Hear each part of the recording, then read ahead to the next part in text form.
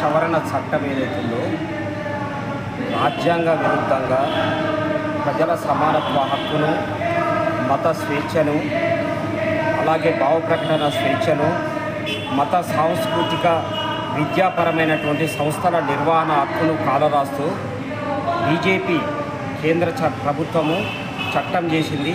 ఈ చట్టాన్ని వెంటనే రద్దు చేయాలని చెప్పి డిమాండ్ చేస్తూ ఉన్నాం. ఈ చట్టంలో ఒక వ్యక్తి వక్ఫ్ చేయాలంటే ఆయన 5 ఏళ్ళు ముస్లింగా ఆచరించిన తర్వాతనే వక్ఫ్ చేయాలనేటువంటి క్లాజ్ ఏదైతుందో అది చాలా దుర్మార్గమైంది. భవిష్యత్తులో ఎవరు వక్ఫ్ చేయకుండా చేసేటువంటి కుట్ర దాంట్లో దాగి ఉంది. అలాగే వక్ఫ్ బై యూజర్కి సంబంధించినటువంటి దాన్ని తొలగించడం ఏదైతే ప్రభుత్వం చేసిందో దానివల్ల దాదాపు 6 లక్షల ఇన్స్టిట్యూషన్స్ గత 700-800 సంవత్సరాల క్రితం వక్ఫ్ చేసినటువంటి ఆస్తులన్నీ కూడా ఆక్రమణకు గురయ్యేటువంటి అవకాశం ఉంది.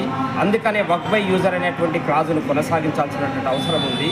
అలాగే వక్ఫ్ బోర్డులలో ముస్లిమేతరులని ఏదైతే మేము తీసుకొస్తామని చెప్తా ఉన్నారో అన్ని తరగతుల ప్రజలకి సంబంధించినటువంటి ఏదైతే ధార్మిక సంస్థల బోర్డులు ఉన్నాయో దాంట్లో కూడా ఈ రకమైనటువంటి అవకాశం కల్పించి దేశంలో లౌకిక వాతావరణం పరిడవిలేలాగా చేయాలి తప్ప ఓన్లీ వక్ఫ్ బోర్డులో మాత్రమే ముస్లిమేతరులను తీసుకొస్తామని చెప్పేసి అంటే అది వివక్షపూరితమైంది.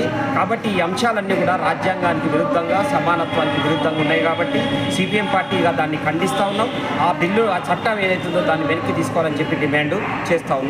అలాగే దేశవ్యాప్తంగా జరుగుతున్నటువంటి పోరాటాలకి మేము సంఘీభావం తెలియజేస్తూ ఉన్నాం, మద్దతు తెలియజేస్తూ అందులో పాల్గొంటామని చెప్పి కూడా ప్రభుత్వానికి మెచ్చకవచ్చు.